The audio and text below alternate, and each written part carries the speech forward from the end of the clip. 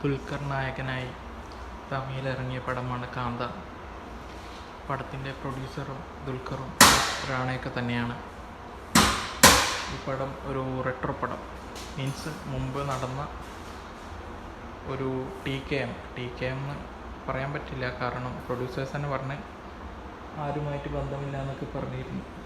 ഈ പടം നോക്കുകയാണെങ്കിൽ ഫസ്റ്റ് ഹാഫ് ഒരു സിനിമക്കുള്ളിലെ സിനിമ, സെക്കൻഡ് ഹാഫ് ഒരു അന്വേഷണ പടം, അങ്ങനെയാണ് പോകുന്നത്. സെക്കൻഡ് ഹാഫാണ് ഇതിൻ്റെ ഏറ്റവും വലിയ മൈനസ്. ഫസ്റ്റ് ഹാഫ് ഒരു വ്യത്യസ്തമായൊരു സിനിമ കണ്ട ഫീലും, സെക്കൻഡ് ഹാഫ് ഒരു ലാഗായി ഒരു ഇൻവെസ്റ്റിഗേഷൻ കണ്ട് മടുത്ത ഇൻവെസ്റ്റിഗേഷൻ പോലെ തോന്നി.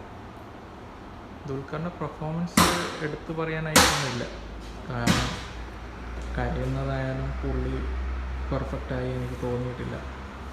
അധികാളം പുള്ളിയെ പൊക്കി പറയുന്നുണ്ട്, ആ ലെവലിലൊന്നും എത്തിയിട്ടില്ല. ഒന്നാമത് പുള്ളി ഇതിൽ മീശ പിടിച്ചിട്ടും ഇതൊക്കെയാണ്, ഇതേ സ്റ്റൈൽ തന്നെയാണ് ലക്കി ഭാസ്കർ, ഇതേ സ്റ്റൈലാണ് ആ സീതാരാമൻ. എന്തെങ്കിലും ഒരു വെറൈറ്റി തോന്നണ്ടേ, ഒരു ക്യാരക്ടറായിട്ട് നമുക്ക് തോന്നണ്ടേ. സ്ക്രീനുള്ളത് ദുൽഖറാണ് എന്നല്ലാതെ ക്യാരക്ടറായിട്ട് ഫീൽ ചെയ്തില്ല. അതേപോലെ പടത്തിലെ നടി, അവർ രണ്ടാളും തമ്മിൽ നല്ലൊരു കെമിസ്ട്രി വർക്കൗട്ടാകാൻ പറ്റിയിട്ടില്ല. പടത്തിൻ്റെ നട്ടല് എന്ന് പറയുന്നത് ഈ സിനിമയുടെ ലവ് സ്റ്റോറി, പക്ഷെ ആ നട്ടലിൽ പൊട്ടിയിട്ടാണ് ഉണ്ടായത്.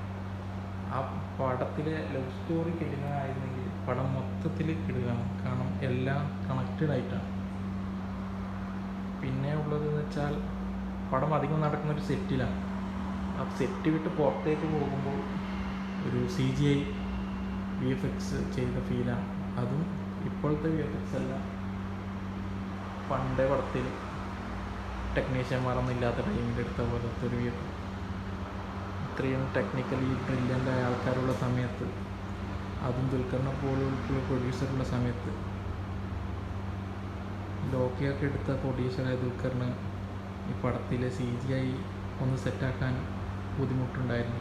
എഡിറ്റിംഗ് ടൈമിലൊക്കെ ഒന്ന് ശ്രദ്ധിക്കാമായിരുന്നു ഇതൊക്കെ. പടം കാണാൻ പോകുന്നവർക്ക് കാണാം. 3 മണിക്കൂറോളം ഉണ്ട്. 3 മണിക്കൂറോളം പടം ആരാണ് കൊല ചെയ്തത് എന്നാണ് ഉത്തരം നോക്കി നടക്കുകയാണ്. പടം കഴിഞ്ഞപ്പോഴാണ് മനസ്സിലായത് നാനാണെന്ന് എൻ്റെ സമയത്തെ കൊന്നത് ഈ പടം കണ്ടിട്ട്.